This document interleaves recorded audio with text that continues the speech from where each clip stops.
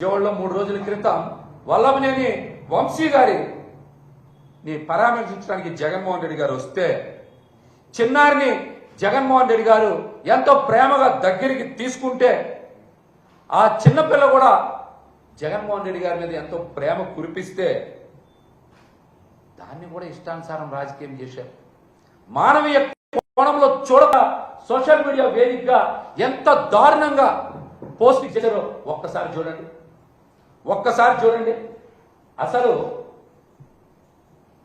చూడండి, అసలు ఆ ఫేస్బుక్ ఐడి చూడగలమా? మనం పేరైనా చదవగలమా? చూడండి, ఆ ఫేస్బుక్ ఐడి పేరైనా చదవగలమా?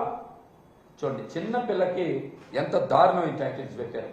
దానికి ముందుకెళ్ళండి. ఇక్కడ చూడండి, ఇవి జర్నలిజం విలువలు అంటారా?